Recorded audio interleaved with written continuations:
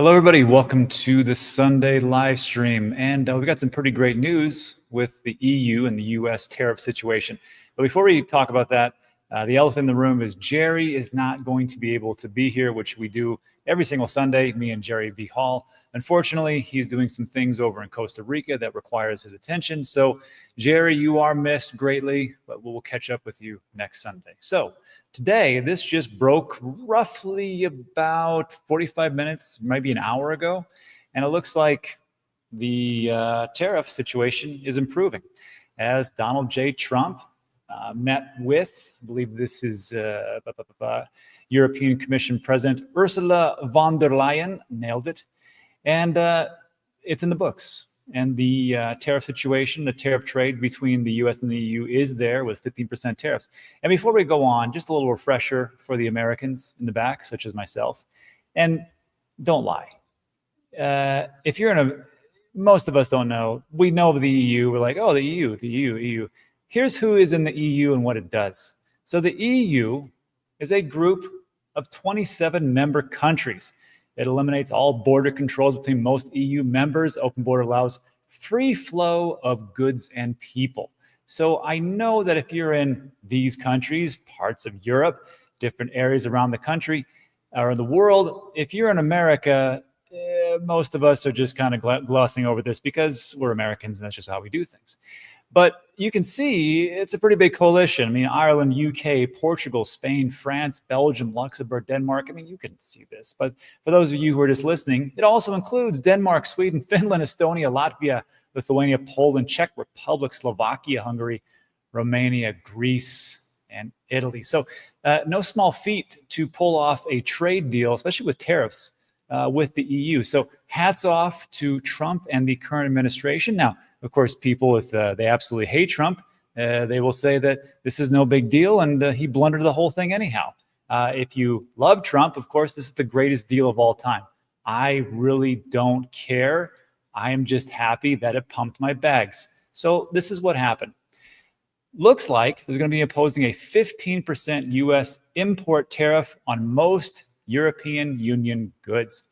The deal, and I got to tell you, me personally, I think you got the short end of the stick on this deal. The deal also includes $600 billion of EU investments in the United States and significant EU purchases of U.S. energy and military equipment. So let me get this straight.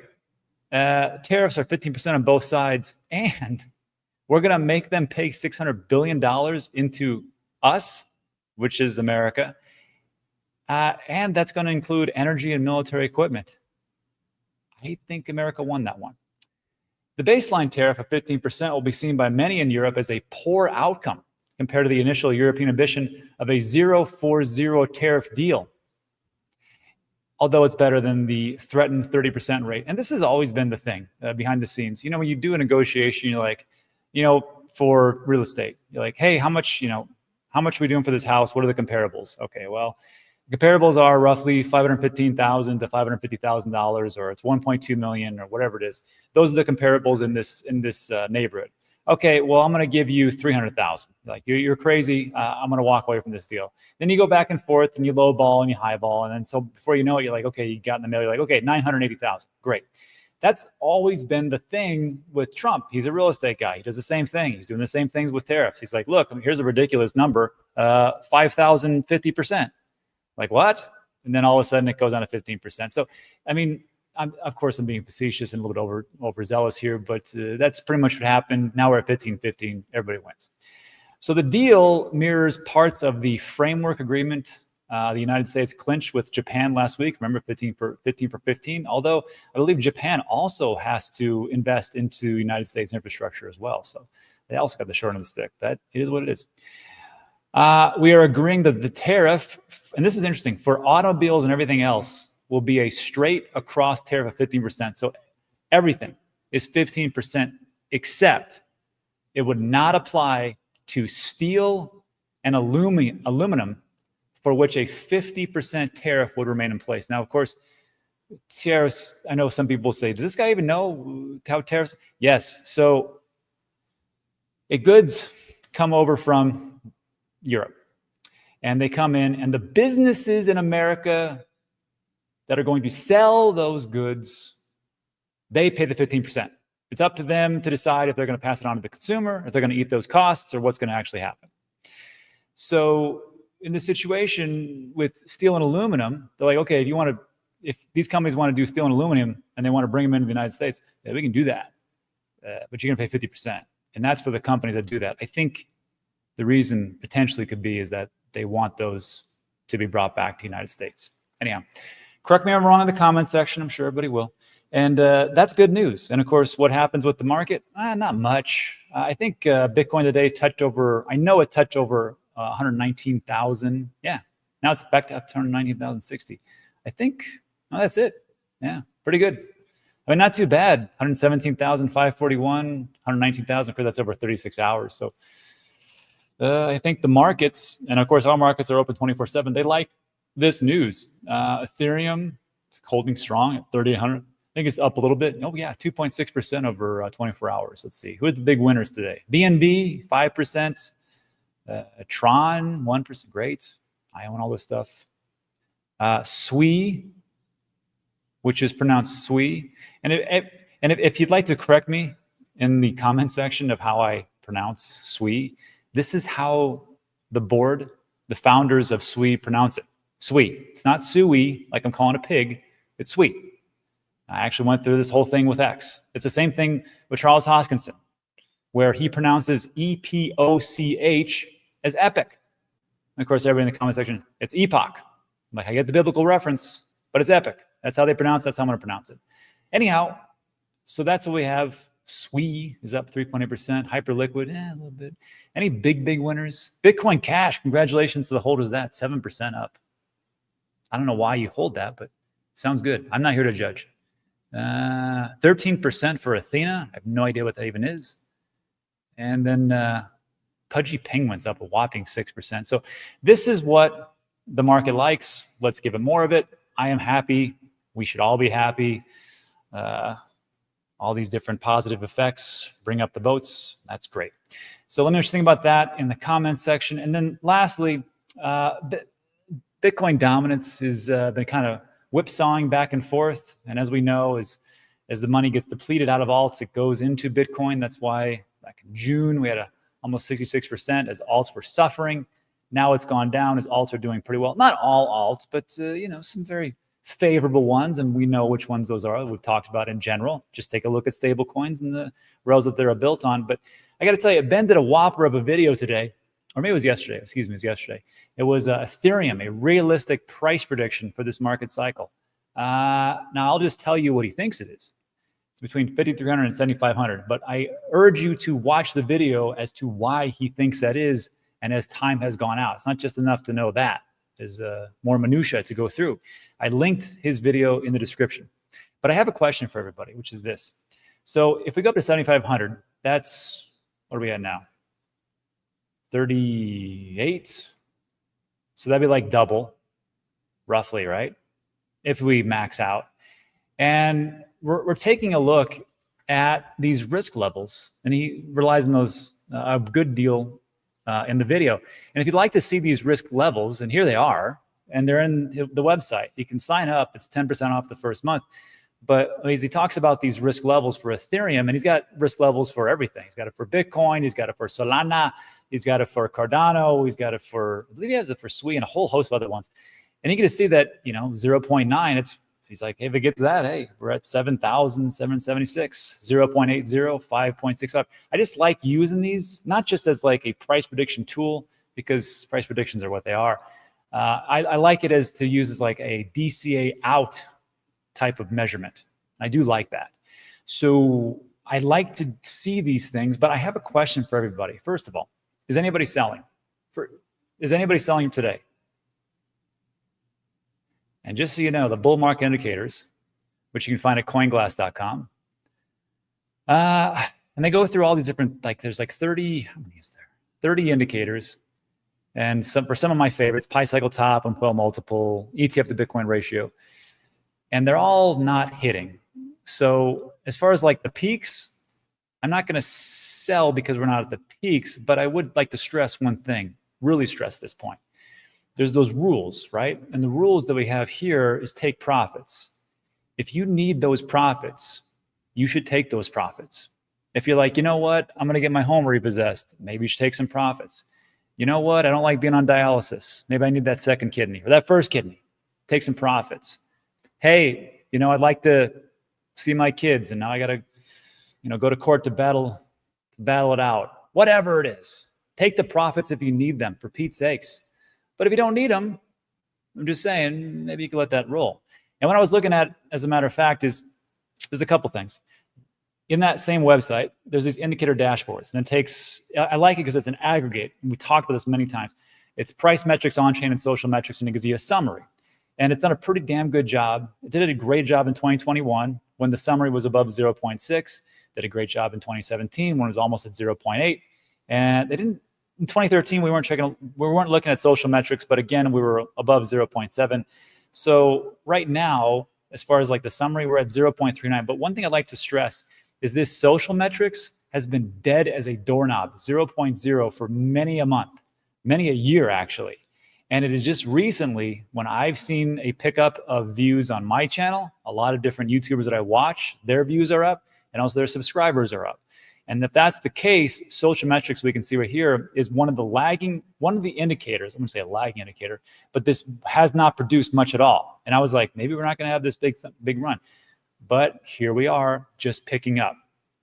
Now then, if it's picking up here, and we've talked about nothing's really out there as far as like the end all be all and the tops, right? I know Ben's got to, again, watch this video. There could be an instance where we start to sell off in August, which has historically been happening, right? August, September, somewhere around there, but things rally. So I'm going to ask everybody the question. Would this be a good time, if you haven't already, to maybe buy into some things?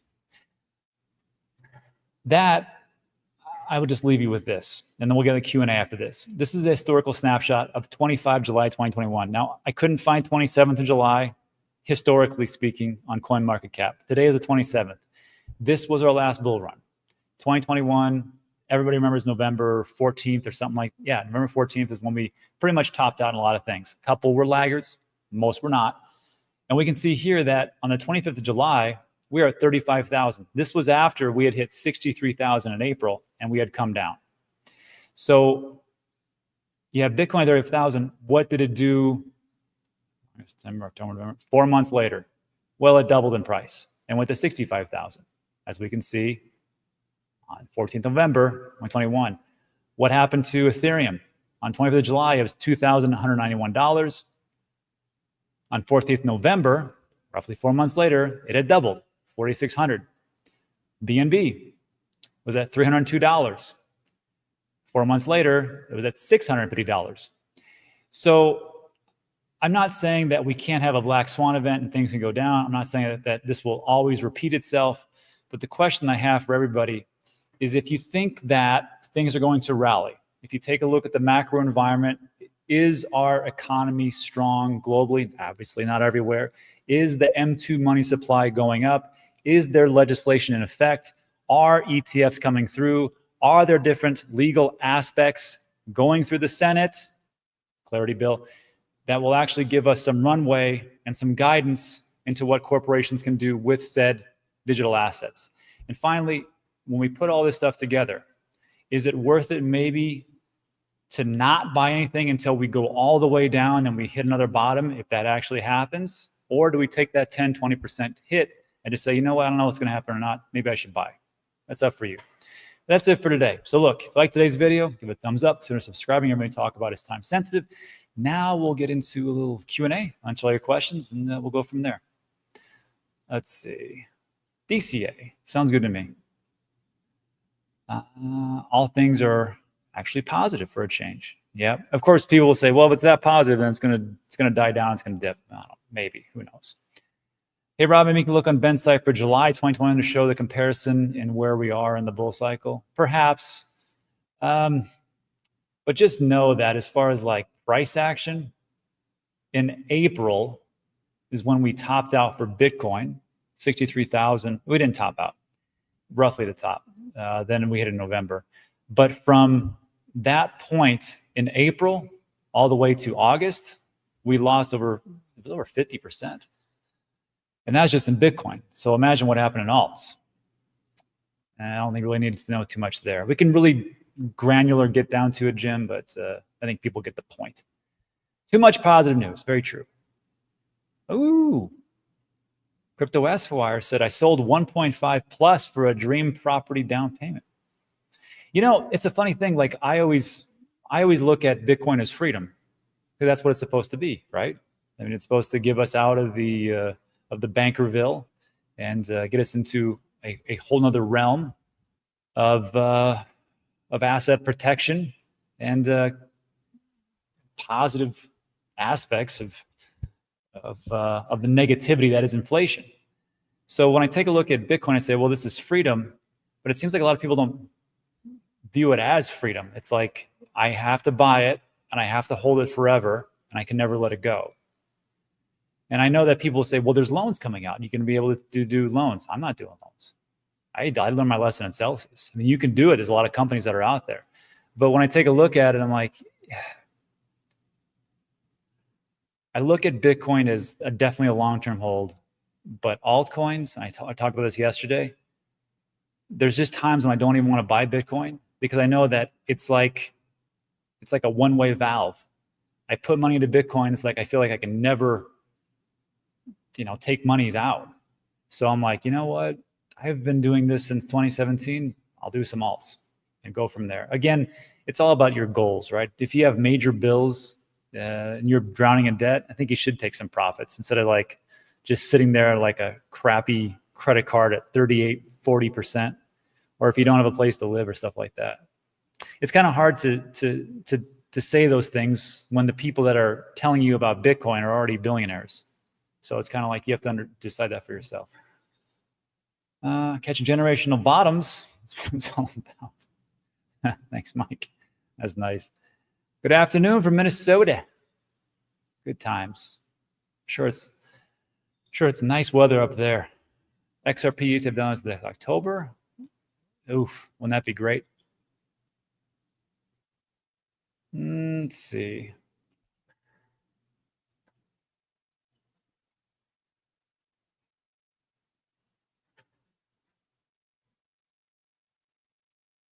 And there's a question here. Rob, do you know how the ETH burn rate is these days? There's a website. It's called ultrasound.money. And you can see right here in the last 7 days, it's at 46K ETH per year for burn rates. What about it?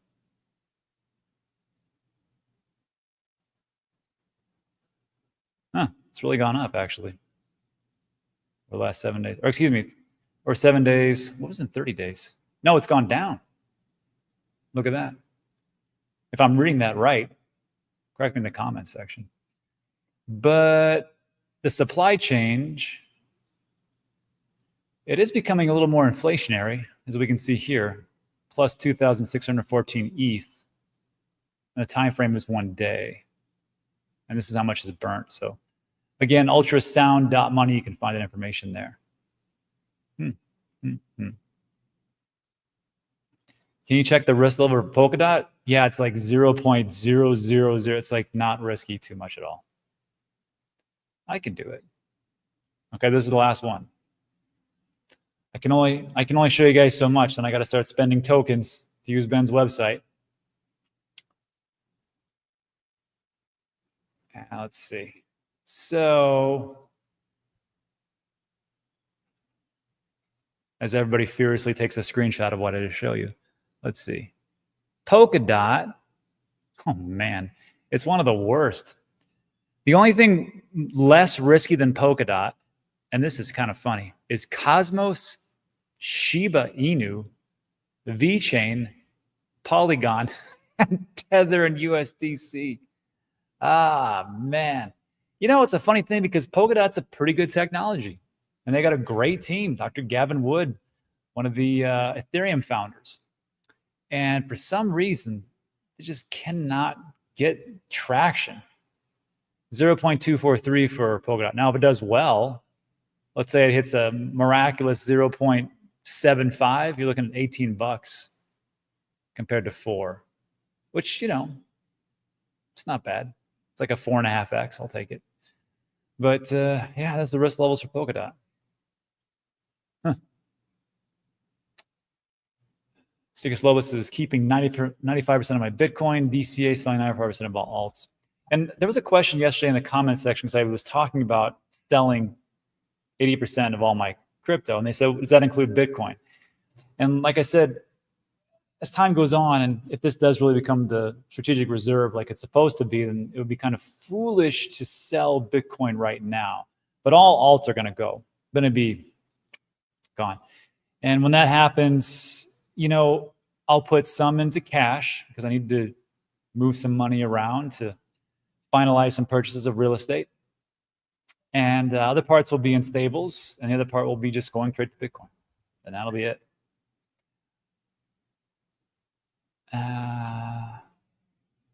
Attorney Michael says, Rob, what branch did you serve in? The U.S. Army? Do you invest in Bitcoin-related ETFs or MicroStrategy? I invest in MicroStrategy, but I don't do ETFs. I know it's a safer option, and I know a lot of people are moving that way. But instead of going into ETFs, what I did was I did custodial service with iTRUST, which is great because iTRUST uses the same one that BlackRock and MicroStrategy use, which is Coinbase Prime. And there's no charge for the service for when I send in my crypto. So they custody it for me for free. But when I want to take it out, I got to pay 1%, which people are like, that's robbery. Trust me. If you've seen the stuff that I've seen from people who have lost everything, you would be thanking them that they do custody service like that so you don't have to worry about getting hacked. And again, but people say, well, it's not your key, not your crypto. And how can you do that? Well, it's like this. If Coinbase Prime gets hacked and they lose everything, that means that BlackRock lost everything. And that also means that MicroStrategy lost everything. And that means that this entire market essentially goes almost to zero. So I'll just stick with that. So the pump in Bitcoin earlier today was because of the tariff deal? I don't know. Like sometimes I think, you know, there's a narrative and we could just attach it to that narrative and go, oh, it's because there was, you know, this movement of thousands of Bitcoin and they sold it, or there's new legislation that came in, or there's this new tariff deal. That could be potentially part of the reason, but there's also reasons behind it that we'll never see because we're just a bunch of plebs. And what's happening behind the scenes is people are looking at that and going, you know what, let's short, let's long, let's do leverage play. And we don't really see too much of that stuff. I mean, you can see it, unless it's OTC, then you don't. So with those things, I just think that there's a good narrative, but then whales and the big money piggyback off that, and they do all this stuff behind the scenes that's shady. And that's it. Well, I'm going balls deep into Solana now. That sounds like a Hallmark card. Very nice. Do you think MicroStrategy will moon after their blowout earnings? I think so. I think the person that's going to be super happy about that is James over at Invest Answers. I know he is a big MicroStrategy bull. And we'll see. Asti has a great question. Is real estate freedom? And the answer is no, it's not. And a little background, I've been in real estate for decades. And I mean, it's great, especially when short-term rentals came about. It's good cash flow. It's great cash flow. The problem is it's really not freedom. There's always something for you to do if you are running those operations, either long-term or short-term, which me and my wife do. The only way that this is freedom is if you do a management company. Let's say that you're making $20,000 a month on specific properties for short-term rentals, whether that be Airbnb or Vrbo or whatever else. You take $20,000, that goes to you. Then, unfortunately, you have the taxes on the place, you have the maintenance, you have the constant complaints, you have the people calling in going, I can't find the location. What's the Wi-Fi password? Hey, there's no hot water. That type of stuff. That's not freedom. You just bought yourself a really nice, plushy job. It is what it is. When you get a management company, like, don't worry, Mr. Wolf, we will take care of all that stuff. Great. We're also going to take 20% of revenue. What the hell? And that's pretty much what it is. You have some freedom and having things roll in, or you're paying 20%, depending on where you're at for a management company. Some places are 12, some places are 18. Puerto Rico, parts of Houston, here in El Paso, you're looking at roughly, well, Puerto Rico is 20%, I know that for a fact. And over here, it could be 15 or 12%. And that's just what it comes down to. So when people talk about like, what's the better thing? Like, I remember I had this conversation actually with Ben's wife at Ben's party for the Bitcoin conference. And she's like, I found this really great place and it's kind of run down. I think I'm going to do something. I'm like, look, I'm telling you right now, it's going to be a pain in the ass and you have to do a lot of work. And if you do it because you're passionate about it and you want to do job creation, do it, right? But just know, especially with all the kids and everything, you can do a lot of work with this one and it may not pan out. She's like, okay. And then we drank some more. Now that's all I remember. All right. Congratulations to Crypto Esquire. Exactly. Crypto Ross says, ETH is the new hot coin. And Esquire says, Asti, if you get at least 10 acres, you have freedom of people. You know what? That's true. So like, and there is one more caveat. Let's just say that you're not talking about investments like I am. You're talking about your homestead. Is real estate freedom? And that situation in America? No. So when you have real estate, then of course you always have to do something with it, right? It's great to live in there, but remember that especially every state that I've ever lived in, they come out, they assess, the county assesses your house and they go, hey, your house is worth, instead of 100,000, now it's worth 160,000. And guess what? Your taxes just went up because we think it's worth more. So you have to pay us more every single year. And we don't care if you're working or not, or you're retired, we're still going to extrapolate those funds from you because taxes, baby. So in that situation, it never really is freedom. It kind of sucks. It sucks here. Now there's different provisions in some places. If you're a disabled veteran, like here in El Paso, Texas, then you don't have to pay taxes, which is great, but you are a disabled veteran, so you deserve it. So in that situation, yeah, these days, I would just rather rent and be done with it. Yeah, amen at Celsius. Yeah, exactly. Michael says it right. Some states may allow farmers on disabled vets. Exactly. That tax is the dumbest thing. The only thing I can think of is that maybe if you move to Florida, I know Governor Ron DeSantis is floating the idea of getting away with all taxes for real estate, as long as it's your homestead, not a investment property. But you have to understand, if that happens, my question is, if you're taking away that much taxes from Florida, where's that money coming from? Because you got to fill that bucket some way. And I know it's not just like, no taxes. There's going to be something down the road as well, unless they cut a lot of programs. Hello, Jen. Fuzzbear says, buying alts during alt season to pump our bags and sell for proper living and the rest stack back into Bitcoin is Bitcoin maximum. It's actually very true. What about gold, given the devaluation of fiat? Yeah, I think that's actually another good option. Definitely. Gold, silver, stables, cash, and Bitcoin. That should be the new 60-40. We just have to rename it better. You make bad choices while drowning in debt. Asti is right. Very, very true. Aristotle, 335,000 subscribers, the number is going up. That's true. It seemed like for a couple months, all I did was just lose. I would do a video, and I would just lose like a couple hundred subscribers. And I'm like, I don't know, just how it is. LAX guy, first they ignore you, then they laugh at you, then they fight you, then you win. This is what's going on with the banks right now. Afternoon. And what did I miss? 1,000 on YouTube. Yeah, you know, it's a funny thing because like on YouTube, I'll get around 1,000 viewers for the live streams. But on X, I always have way more. Like right now I have 15, almost 2,000 on X watching, which is great. Hello, everybody in X. Serving the block size wars of 2021.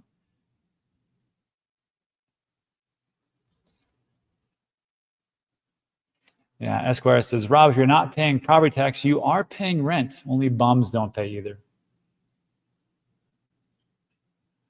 Some days I just like to live off the grid in some house, in some land that's far from everybody. It doesn't work like that. That's a good point. The only thing is with like Well, that is a good point. I can't say much about that. Soul Army. And that's it. I think this is good. Uncle Ricky says it right. I'm going to leave him with the last word of the day. Smash the like button. That's it for this one. So everybody, sorry again about Jerry V. Hall not being here. He's taking a bus ride to someplace in Costa Rica doing something crazy. So hopefully everything works out over there. We miss him. We'll see him next Sunday. But that's it for today. Everybody, thanks so much for hanging with me for 30 minutes on a Sunday. I appreciate it. Go enjoy the day. Get away from the charts and everything else. It's going to suck anyhow. Who knows what will happen by Monday. That's it for this one. Thanks so much, everybody. I appreciate you. I'll see you on the next one. Adios.